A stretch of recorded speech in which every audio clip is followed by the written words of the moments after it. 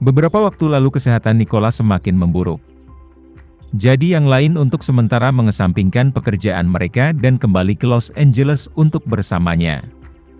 Nicholas telah menderita Alzheimer sejak dia meninggalkan kantor.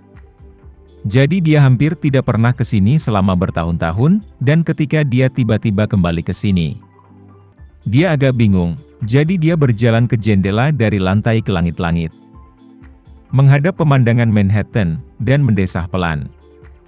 Bangunannya masih sama, tapi bagian luarnya sepertinya sudah banyak berubah. Marshall tahu bahwa ingatan Nicholas telah mundur ke 20 tahun yang lalu. Dan Manhattan 20 tahun yang lalu secara alami sangat berbeda dari sekarang. Jadi, dia pergi ke depan dan berbicara, "Ayah, Manhattan telah banyak berubah selama bertahun-tahun." Nicholas mengangguk, menunjuk ke sebuah bangunan yang lebih tinggi di kejauhan, dan bertanya kepadanya, "Marshall, gedung apa itu? Mengapa begitu tinggi? Saya belum pernah melihatnya sebelumnya." Marshall berkata, "Ayah, itu World Trade Center. Itu dibangun dan mulai digunakan beberapa tahun yang lalu, dan sekarang menjadi gedung tertinggi di New York." Wow! Nicholas sedikit mengangguk dan berkata sambil berpikir, "Saya tidak punya kesan apapun." Marshall kemudian berkata, "Ayah, Anda belum pernah ke New York dalam beberapa tahun terakhir. Anda mungkin tidak banyak melihat bangunan ini." Nicholas tertawa pahit, otaknya tidak bagus, bahkan jika saya melihatnya, saya tidak dapat mengingatnya. Setelah mengatakan itu, dia menoleh untuk melihat Marco dan menginstruksikan, "Marcus, jika kamu bisa mendapatkan Tama kembali di masa depan, bangunan ini harus diberikan kepadanya, bagaimanapun juga, ini adalah kerja keras ibunya." Marco berkata tanpa berpikir, "Baiklah ayah, aku akan menuliskannya. Setelah saya menemukan Tama di masa depan, saya akan memberinya kepemilikan gedung ini." Nicholas mengangguk, mulutnya berceloteh pelan. "Aku ingin tahu apakah Tama terlihat seperti ayahnya atau ibunya sekarang. Aku ingat dia lebih mirip Sarah ketika dia masih kecil." Wanita tua itu berkata, "Sebenarnya, dia lebih mirip Cahya Renza. Bayangan kedua orang tua memang ada, tapi aku merasa lebih seperti pesona Cahya Renza setelah dia dewasa. Dia pasti akan lebih mirip Cahya Renza, pasti seperti ayahnya, dia anak yang tampan." Nicholas berhenti sebentar dan meratap, "Hei. Cahya Renza. Bocah ini, di mana-mana dia baik, hanya tidak tahu bagaimana cara mengangkat." Nicholas tiba-tiba menjadi sedikit emosional dan berkata, "Katakan padaku, jika dia mendengarkanku, dia akan senang bergabung dengan keluarga Polan, dengan karakterku, dengan memanjakan putriku.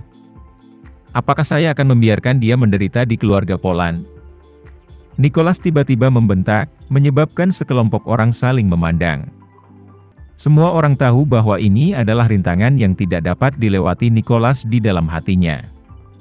Dia tidak pernah mengerti, dengan kekuatan dan ketulusan keluarga Polan saat itu, mengapa Cahya Renza bersikeras untuk kembali ke Surabaya.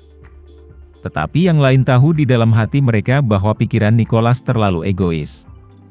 Ketika dia menghadapi Cahya Renza, selalu ada pemikiran superior di tempat kerja. Itu seperti bos besar yang ingin merebus seseorang.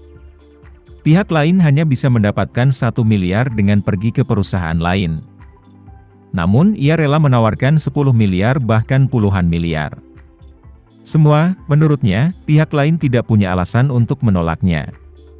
Tetapi bagaimana dia bisa membayangkan bahwa Cahya Renza tidak mau menerima ranting zaitunnya? Hal ini membuat Nicholas frustrasi dan bahkan sedikit kesal. Awalnya, dia mengagumi Cahya Renza, meskipun kekuatan keluarganya jauh lebih sedikit daripada keluarga Polan. Dia bisa melihat bahwa Cahya Renza benar-benar seseorang, bahkan lebih baik dari ketiga putranya. Itu karena dia mengenali hal ini jauh di lubuk hati. Bahwa dia bertekad untuk membiarkan anak laki-laki ini bergabung dengan keluarga Polan. Karena dia tahu betul bahwa di antara anak-anaknya sendiri, hanya putri sulungnya Sarah yang paling menonjol. Dan Cahya Renza tidak hanya setara dengan putrinya tetapi juga sangat saling melengkapi. Jika mereka berdua tinggal bersama dalam keluarga Polan, maka keluarga Polan pasti bisa bangkit pada waktunya. Mungkin bisa melampaui keluarga kerajaan Saudi dan keluarga Rout, berdiri di puncak dunia. Namun, Cahyarenza tidak setuju. Dia memiliki kebanggaan dalam hatinya dan ambisinya sendiri. Dia tidak ingin tinggal di keluarga Polan untuk mengambil yang sudah jadi. Lebih bertekad untuk kembali ke keluarganya sendiri, meskipun kecil dan tidak berarti dibandingkan dengan keluarga Polan, tetapi dia menginginkan itu. Sulit untuk bertahan, sulit untuk pergi, yang pernah membuat Nicholas sangat marah. Apa yang tidak bisa dia terima adalah putrinya bertekad untuk pergi bersama Cahyarenza, yang membuatnya semakin marah. Awalnya, dia ingin membuat Cahya bersama Sarah. Tapi segalanya akan mengarah pada perang ayam dan telur, jadi bagaimana dia bisa tahan? Karena inilah Nicholas tidak baik kepada Cahyarenza. Dan hubungan mereka seperti musuh. Setelah Sarah dan Cahya menikah di Surabaya, Nicholas menjadi marah setiap kali dia mendengar namanya, yang telah terjadi sampai sekarang. Wanita tua di samping melihat bahwa Nicholas berkelahi dengan dirinya sendiri lagi. Jadi dia buru-buru membebaskannya dan berkata, "Ayolah Nicholas, Cahyarenza telah pergi selama bertahun-tahun. Anda seharusnya tidak mengatakan kata-kata seperti itu di masa depan." Alis Nicholas berkerut marah dan dia bertanya balik dengan putus asa. Dia adalah orang yang tidak tahu bagaimana harus bersikap. Pada akhirnya, Sarah juga terlibat. Putriku telah dibunuh olehnya, dan aku bahkan tidak bisa memarahinya. Wanita tua itu berkata, Sarah memilih jalannya sendiri.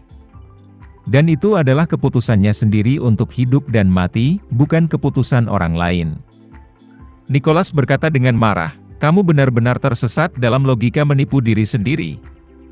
Meskipun Sarah memilih jalannya sendiri, Cahyarenza, sebagai suaminya, seharusnya melindunginya.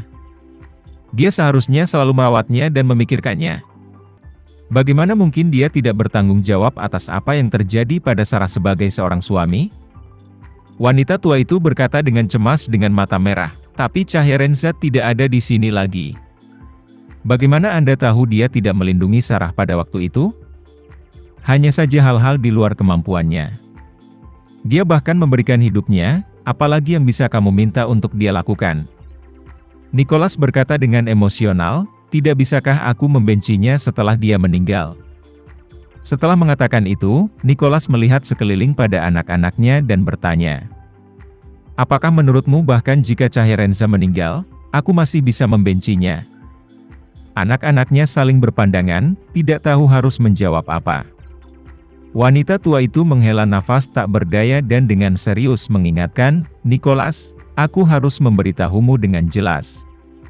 Apakah kamu membenci perubahan di hatimu atau tidak, aku tidak peduli. Tapi sikap yang kamu tunjukkan padanya harus diubah di masa depan." Sikap keras kepala Nicholas muncul dan dia berkata dengan suara tegas, "Aku tidak akan berubah. Di masa depan, ketika saya mati, bahkan jika Raja Neraka memanggil Kaisar Giok dan Buddha untuk pengadilan 3 kamar, saya tidak akan pernah mengubah sikap saya terhadap Cahyarenza." Wanita tua itu berkata dengan marah, "Oke. Kamu bisa melakukannya. Anda tidak berubah." Ketika Tama kembali, dan keluarga menyebut Sarah dan Cahyarenza, jika Anda berani mengatakan ini di depannya, Tama pasti akan memutuskan hubungan denganmu. Jika Anda memaksa cucu saya pergi, yang telah berhasil saya dapatkan kembali, aku akan memotong juga. Jika kamu tidak percaya padaku, tunggu dan lihat saja." Nicholas sangat marah sekarang, tetapi ketika dia mendengar kata-kata ini, dia seperti bola kempis.